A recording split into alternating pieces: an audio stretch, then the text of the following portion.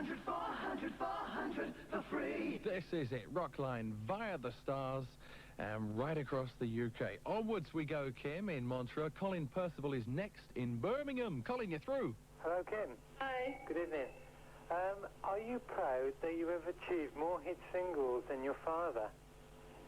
Well, I'm proud of the hit singles that I've achieved, but I never really sort of measure my success against my dad. You know, my dad has had and has his own career, and you know, I look at his career in a very separate way to the way that I look at mine. I've never really compared them, and he doesn't compare his to mine either. You know, it's a totally different time. His career was in a totally different, you know, era, and what he does now is, you know, totally different to what I'm doing. There are some comparisons, but I don't sort of sit around and think about them very much. I mean, of course I'm proud of my success, and so is he. I'm proud of his success. And deservedly so to both of you, of course. Now to London we go. Ian Cunningham. Hi, Ian. Hello. Hello. Right. Hello, Kim. Hello. Well, I'd like to ask if you're going to get married. Am I? Yeah. Oh dear. Shall I look into my crystal ball and have a little look? Not imminently. I don't have any plans in the next year or two. But that may change. You never know, do you? I wonder why Ian's asking that. Have you been reading the papers today, Ian? Yes, I was, actually. I wonder if Kim knows. She's not in the country. Here we are. Kim, I'll read it for you. Oh, yeah. Jill Pringle from Montreux from the Daily Mirror. Johnny Hates jazz star Calvin Hayes has sensationally swapped his pastry girlfriend Christine Peake for the love of his life, Kim Wilde. Enough said. You carry on. I'm keeping mum about this one. Calvin was on my plane on the way home. Aha. He says hello. Oh, great. Right, let's go on to Lorraine Gardner in Coventry. Hi, Lorraine. You're through to Kim Wilde in Montreux. Yeah. I read in the paper this morning that you were going out with Calvin Hayes. Is there any truth in it? Well, you know, Calvin and I go back a long way. He was, like, in my very first project when I was involved with Kids in America. And I've known him for a long, long time. And we're still very, very close, and that's never really changed. So, but all the other stories, well, I think I'll keep my... I don't think I'm going to tell you, actually. Good old Kim. I know, we'll send her to Coventry, which is where she is anyway. Right, thank you very much for calling, Lorraine, for calling Rockline. Now, Kim, next record we've got, Until You Come Back to Me by Aretha Franklin. Why would I be playing this? Well, I'm a big fan of Aretha Franklin. She was one of the first singers that I listened to seriously and made me really want to become a singer. Her along with Joni Mitchell and Carole King. But this song is special. This is one of the best ones I think she recorded. For Kim coming through now. Andrew True is next in London. Andrew, off you go. Hello, would you like to make a movie? If so, would you consider making a movie with Eddie Murphy or a comedian like that? Oh, yeah. I really like the idea of getting involved in something that's funny, you know, something humorous. And Eddie Murphy is great. But, yeah, I've often sort of said if I get involved in any acting, that's what I'd like to sort of start off with, something funny. Interesting. Kim, are you superstitious, being Friday the 13th? Do you know what? I hadn't even thought about it. No? And you just put it in my mind. I'm just about to go on live in Montreux, and I'm not very happy about it. Right, well, Thanks for reminding me. we'll bear it in mind. Greg Steed is next. He's in Hull. Hi, Greg. Hello. My question for you, Kim, is now or in the future, if you were offered the starring role in a stage musical, would you accept it? Well, you know, of course, it would depend on which stage musical. I mean, if it was a really exciting one and a real challenge, I don't know, maybe sometime in the future it would be a possibility, because I really love the theatre. I remember being in theatres a lot as a child, because my dad used to do a lot of stuff in the theatre, and it's a lovely place to be. And so I think maybe I would consider it, yes, one day. Do you know where your dad is tonight, Kim? Where is he? He's doing a gig somewhere. Yeah, in Lincoln. He's in Lincoln, yeah. Yeah, I know what's happening with your family. I keep Actually, he might be listening to this. Yeah, certainly could be, yeah. Tell us a little bit... Wish you luck with your gig, Dad. Brilliant. I know he wishes me luck with mine. He certainly should do. It's a good atmosphere now, right? Sure. In Montreux tonight, you're going on stage directly after Rockline, so we've really sort of just managed to grab you there. That's right. Brilliant. How can you describe to me just quickly a typical Kim Wilde fan or record buyer? Just draw me a picture on the radio. Oh, they're adorable. Oh, you should see them. They're all completely adorable. I look in the mirror every morning. seen a Kim Wilde fan. There aren't any.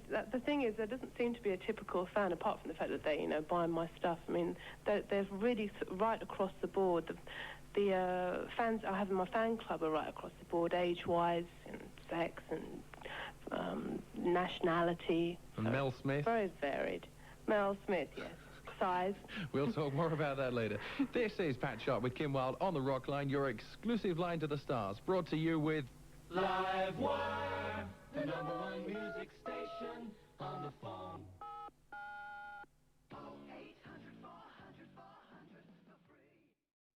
Me hanging on with those calls. Kim's in Montreux, this is Pat Sharp, and Mad Ali is in the capital. I wonder why he or she is mad. Hello, Mad Ali. Hello?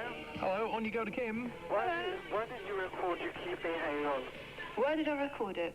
Well, it's my brother's idea, Ricky Wilde, and he was mucking about in our recording studio doing some writing, and he came up with some chords that sounded sort of familiar to him, and he sort of wondered what they were, and then he sort of remembered that it might be this song called You Keep Me Hanging On, at which point I think he was either going to write a new song around those chords or to think about doing the cover version. And in fact, we're just talking about it now.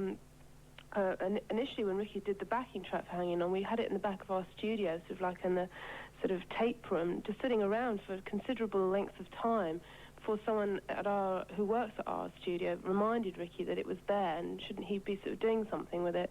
So in fact, it nearly never made it as a Kim Wilde record, and so it's a good fortune for us all that we decided to do it. Right, next up on Rock Line, Michelle Smith in Walsall. Hi, Michelle. Hello. On you go. Hello. Sorry about this. Right, you know your song, Another Step? Yes. Right, did you write it for someone special or not? Did I write it for someone special? I don't know, really. I can't remember when I wrote it, Not that I have that many boyfriends, but you never know. Let's think. Did I write it for someone special? There might have been someone special at the time, but it was a few years ago now. And I've gone through, well, a lot of changes, shall we say, since then. All right, Michelle. Right, next up. Oh, here's a familiar name to me. Mike Brown in Edgware in Middlesex. Hello. Hello there. Hello, on you go. Hello, Mike. Hi. Hi. I was wondering what level of success you've had in America so far, and are you going to do any more cover versions? Well, there aren't any... well, actually, there is a cover version on the new album, but it's not exactly like the sort of thing like Hanging On. It's a very slow track. It's actually a song by Todd Rundgren, who I'm a big fan of. Touring in America. Did you say... Oh, you asked about success, didn't you? Well, Hanging On, the record you just heard, got to #1 last year, which was fabulous. And after this tour that I'm doing with Michael Jackson, I hope to go and do some gigs in America, definitely, yeah. Okay. Does that sum it up for you, Mike? I'm sure it does. What a clever name. I can't get over that guy's name. Right, it's Rockline across the UK. Wherever you are, we're right there with you. Hello. Hello. Is Pat here? Hello. Yeah, just thought I'd get a quick call in, a quick question. Why do you like Prefab Sprouts so much, and why have I got a record of theirs ready to play? Why do I like Prefab Sprouts so much? Well, I suppose I sort of got turned on to them when I heard the album Steve McQueen. Mm-hmm. So anyway, this is from their new album, From Langley Park to Memphis. Brilliant LP, isn't it? It's a fabulous album, yeah. I'm so pleased the King of Rock and Roll's doing well for them, and I'm sure you are too. Oh, absolutely, yeah. We have this song. Is it the correct one, the one you're after? Yeah. What's it called? It's called Nightingale. A DJ from Montreux. Calls the charge at 38 pence peak and 25 pence cheap rate. Michelle Conway has called us. She's been lucky enough to get through in London. Go, Michelle. Hello? Hello, Michelle. Hello, I want to know, did you enjoy doing your duet with Junior, and whose idea was it to do the duet? Yeah, I had a great time. Junior is like one of my favourite people, and I really miss him now because we spent quite a long time promoting that song because we went all over Europe and we even went to French Guiana at one time to do TV there, and we became very close. And in fact, I think he's going to come and do the gigs with me at Wembley when I'm opening for Michael Jackson in a couple of months' time, which will be great. So, what else did you ask me? You asked me what was Whose idea was it to do the duet? Oh, that's right. Well, after I wrote the song with my guitarist, it was just a matter of, like, who do you sing a duet with? And a lot of names were, bandied around. And his one came up, and I thought, oh, gosh, what's Junior doing these days? I hadn't heard what he'd done since Mummy Used to Say. I don't know if you remember that song, but it was like My mama classic, used to say. classic song. You couldn't have picked a nicer guy, though, could you, Kim? No. Brilliant. Let's get on with these calls. So many people phoning in. Line 7, can't quite read this name. Anyway, put it through. Surprise, surprise. Yeah. It's Junior.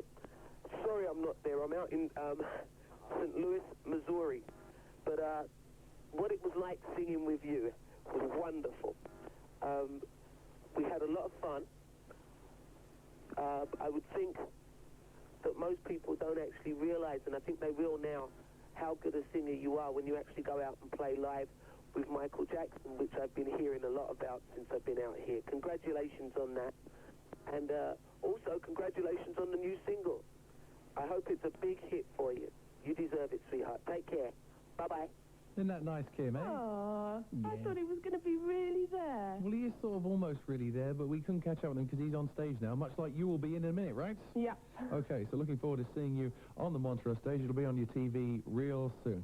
Keep it here. We'll have another song from the brand new LP in just a couple of seconds. Stick around, Rockline. This is Pat Sharp on the Rock Line, Friday night, brought to you with Livewire, the #1 music station on the phone. And Frank Adam has called the #1 music station. He's in Inverness in Scotland. Go, Frank, you're through to Montreux and to Kim Wilde. Hi, Frank. Hello, Kim. Nice to talk to you. Yeah. I was a great fan of your father's, and I was just wondering, have you any plans to record any of your dad's former hits? No, not at the moment.